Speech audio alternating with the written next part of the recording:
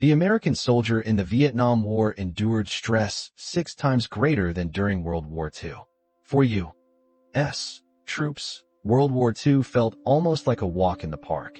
Even if it wasn't always easy, it certainly wasn't as relentlessly stressful as the Vietnam War proved to be for a soldier deployed there.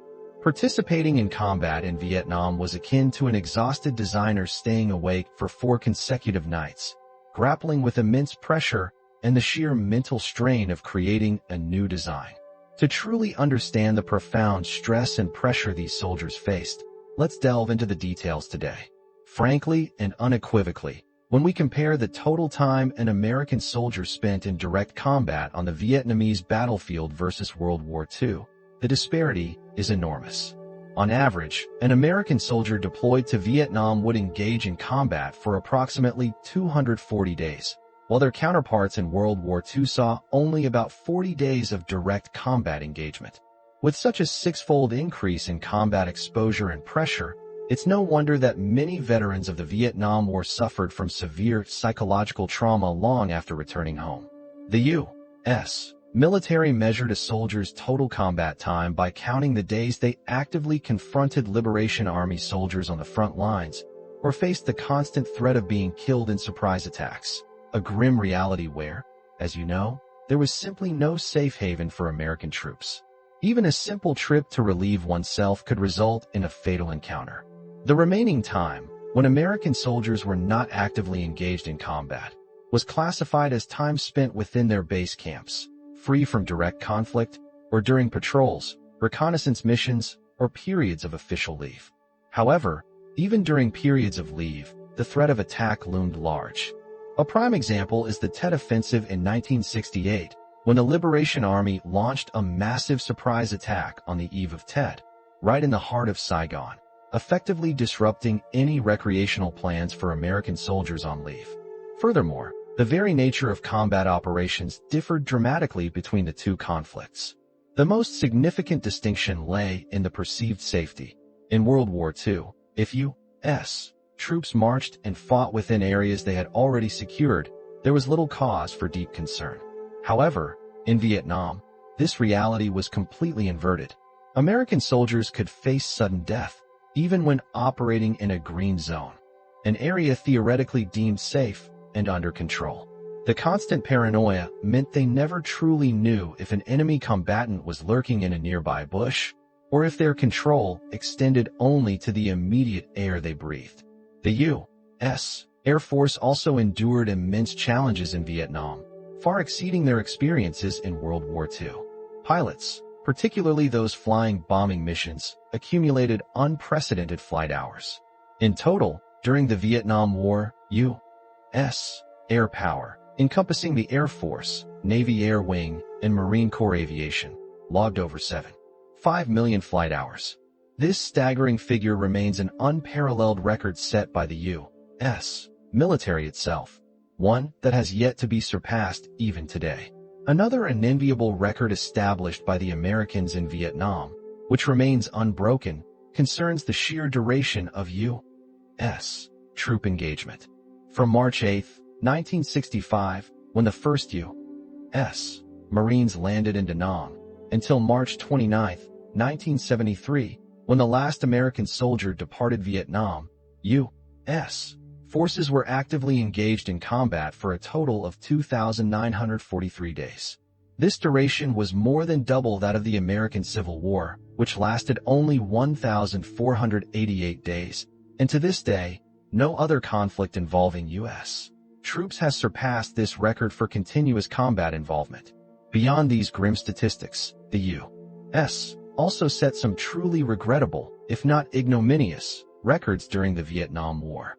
Foremost among them was the sheer volume of aircraft exploited by the People's Army of Vietnam. They hold the record for the highest number of aircraft lost, including the most B-52 bombers shot down, as well as the most helicopters utilized. Every single piece of this flying hardware was thoroughly utilized by the Vietnamese forces.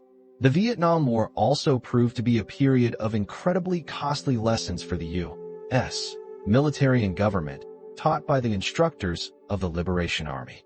These lessons encompass tactics, strategy, troop deployment, and crucially, how to contend with the talking bushes and people emerging from the ground. The elusive guerrilla fighters whose jungle warfare traditions, even to this day, remain effectively uncountered. Did they think it would be easy to counter us? Even Rambo himself would have had much to learn from us. Therefore, when comparing World War II to the Vietnam War, the former pales in comparison, seeming almost like a child's skirmish in terms of the prolonged hardship and struggle it imposed on American forces. President John F. Kennedy and the U.S. Congress had, at one point, considered halting military intervention in Vietnam.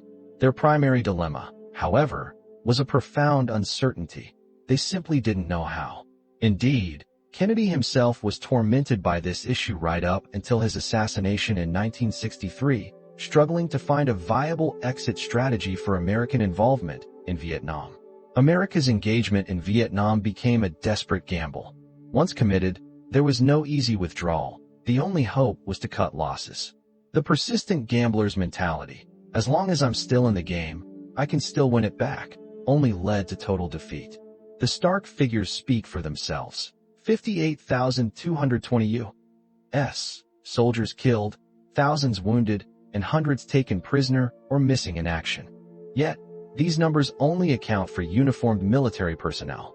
The true number of American civilians involved in non-military operations, journalists, aid workers, and especially CIA operatives, who lost their lives in Vietnam, remains an unresolved mystery, a figure that the authorities have yet to fully disclose. Another telling statistic involves 5 consecutive U.S. presidents. Americans would jokingly remark that 5 presidents came to power during the Vietnam War, yet not a single one of them could effectively resolve the conflict in Vietnam. Applying an approach that was emotionally palatable often proved illogical, while a logically sound strategy frequently lacked emotional appeal. This agonizing dilemma wasn't just a concern for the presidents. Strategic planners of that era were equally tormented. Anyone with a weak constitution might well have succumbed to a stress-induced death, drowning themselves in aspirin, trying to untangle the complexities of the situation in Vietnam. Speaking of pressure, the U.S. government faced immense pressure on multiple fronts. Widespread protests from its own citizens, and increasing international condemnation over the conduct and duration of the war. The longer the conflict dragged on, the higher the pressure mounted.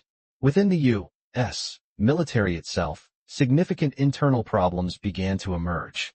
Soldiers increasingly refused to participate in patrols or search and destroy missions, with some even intentionally injuring themselves to secure an exit from what they perceived as a meaningless war.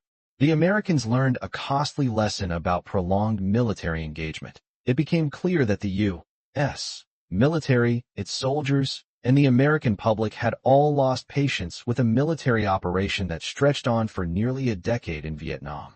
Initially, perhaps a year or 2 of engagement might have been deemed acceptable, assuming casualties remained low. But as the toll of lives lost and wounded steadily climbed, new policies lost their efficacy, and the erosion of patience became an inevitable consequence.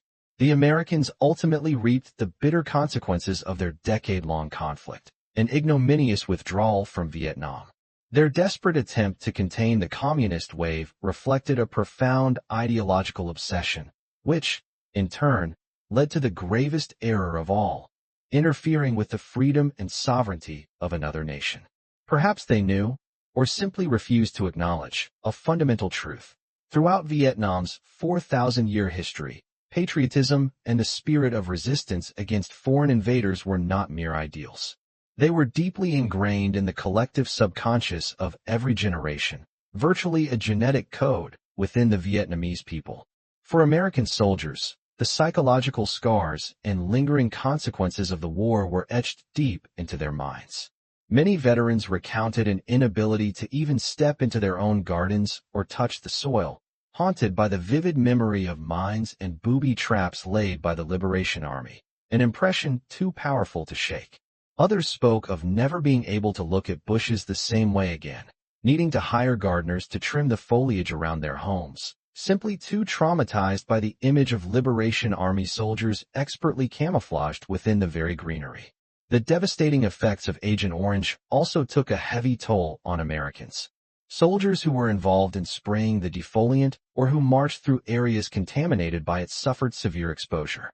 The profound agony of this exposure extended beyond them to their children and grandchildren, many of whom were born with birth defects and genetic abnormalities caused by the chemical's destructive impact, a tragic legacy that continues to unfold and warrants further discussion. For the U.S. government, the war necessitated a complete facelift, a metaphorical plastic surgery, as Mr. Sui mentioned in a previous video, to overhaul its policies and public image concerning Vietnam. This included reforms regarding voting rights, support for military families, and entirely new policies governing military conscription. Dozens of changes were implemented, laying the groundwork for future conflicts.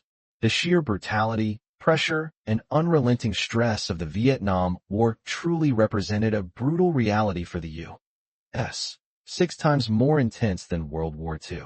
Millions of flight hours, hundreds if not thousands of aircraft shot down or captured, and immense human suffering defined this conflict. The stark, undeniable psychological toll of the war was something profoundly understood by everyone on the front lines, including the soldiers of the Vietnamese Liberation Army. And so, this video concludes here, folks.